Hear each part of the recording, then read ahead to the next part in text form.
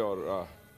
اور آج بڑی اچھی کھل کے باتیں بھی ہو رہی ہیں اور لوگ تحمل سے سب کی بات سن رہے ہیں اور یہی جمہوریت کی بنیاد ہے۔ پہلے تو میں سمجھتا ہوں کہ یہ 8 فروری کو جو انتخابات ہوئے ہیں بڑی تاریخی انتخابات تھے، گو کہ کنٹروورشل بھی ہوئے، لیکن 8 فروری کو ووٹنگ والے دن، بیلٹ کے دن، لوگوں کو آزادی سے اپنے ٹرانسپیرنٹ طریقے سے ووٹ دینے کا موقع ملا اور ووٹ کے ذریعے واقعی ایک پاکستان کا سیاسی منظرنامہ تبدیل ہو چکا ہے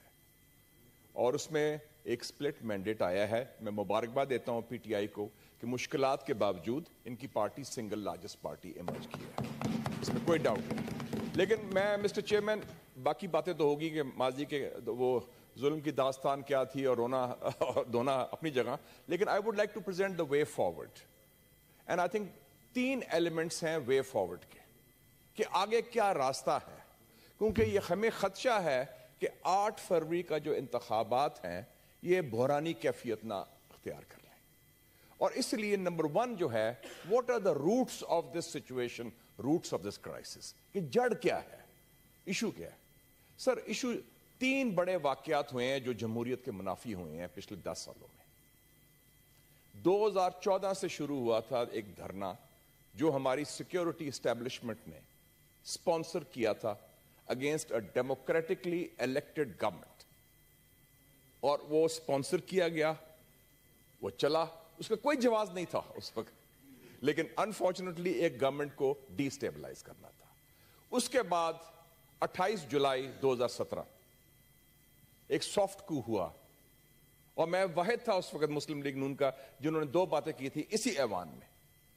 میں کہا یہ میاں صاحب کے خلاف جو نکالا گیا ہے یہ سپریم کورٹ کا، یہ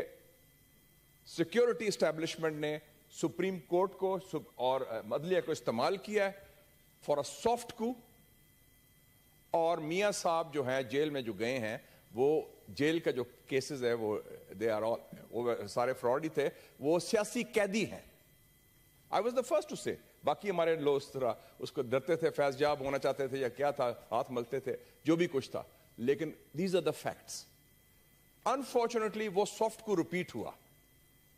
10 اپریل 2022 کو، پی ٹی آئی حکومت کو نکالنے کے لیے، وہ بھی سافٹ کو تھا، اس میں پارلیمنٹ استعمال ہوئی۔ اب تو مولانا صاحب نے بھی ساری باتیں کہہ دی ہیں، ہمیں حقائق جو ہے نا اس پر مس نہیں کرنا چاہیے۔ So there was this pattern destabilization۔ جب ہمارے خلاف ہو رہا تھا تو دوسری سائڈ بڑی خوش تھی، جب ان کے خلاف ہوا تو ہم نے بڑی خوشیاں منائی کہ بڑا اچھا ہوا، اور بہتر ہوتا کہ اس کے بعد الیکشن کروا دیتے، سارا کر لیتا۔ تو سو دس از ویری کلیئر کہ ہمارا ایک ٹریک ریکارڈ ہے کہ جس میں یہ ہوتا ہے، اور اس میں آپ نے اسٹیبلشمنٹ کی بات کی، اسٹیبلشمنٹ کی not function on its own جب تک ان کے ایلائز نہیں ہوتے، ساتھی نہیں ہوتے، مل کے ہوتے ہی سارے، اگر سازش بھی ہوتی ہے تو مل کے ہوتی ہے، نمبر 1۔ نمبر 2، اس وقت ضرورت ہے مسٹر چیئرمین ہیلنگ ٹچ۔ جتنے سیاسی قیدی ہیں بشمول عمران خان ان کو رہا کیا جائے، they should be released. The situation has changed، اور اس میں میں بلوچ مسنگ پرسنز کو بھی کہتا ہوں اور خیبر پختونخوا کے مسنگ پرسنز کو بھی کہتا ہوں، کیونکہ دست شفا کا مطلب صرف نہیں کہ پنجاب میں ہو، دست شفا کا مطلب ہے خاص طور پہ بلوچستان، خیبر پختونخوا، جہاں سندھ، پنجاب، جہاں بھی ہو، جو زیادتی ہے غلط ہے وہ غلط ہے، and they should be part of the political process، اور وہ پروسیس آگے اسی طرح چلے گا جب ایک انکلوسیو جو 3 بڑی پارٹیز ایمرج ہوئی ہیں، پاکستان تحریک انصاف، پاکستان مسلم لیگ نون اور پاکستان پیپلز پارٹی مل کے ہے، اور ہر ایک نے سفر کیا ہے۔ ابھی ذکر کیا ہمارے دوستوں نے، بھٹو صاحب کو پھانسی جوڈیشل مرڈر تھا، اٹ از ویری کلیئر، اور اس کے بعد جو پیپلز پارٹی نے سفر کیا ہے، اس زمانے میں جرنلسٹ بھی تھا، we know and we were the ones who spoke for them also. پھر میاں صاحب دیکھیں خود، he is a survivor, 2 soft coups ان کے خلاف ہوئے، 93 کا بھی، 2017 کا بھی، ایگزائل بھی ہوا، ان کے خلاف ملٹری کو بھی ہوا، ان کو ہتھ کڑی بھی لگائی گئی، پرائم منسٹر آف پاکستان کو ہتھ کڑی بھی لگائی گئی۔ سو سب نے سب، اور اب ان کی پارٹی سے زیادتی ہو رہی ہے، جو زیادتی، اس لیے میں نے سائن کیا ہے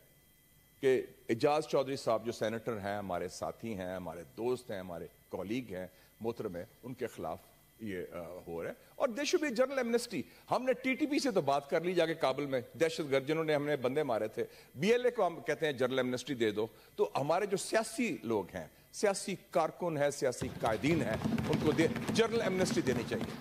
لیٹ اس، کیونکہ اب ماضی کا قصہ ختم ہو گیا، 8 فروری is the new day. That is the way forward. And finally, the way forward is very clear.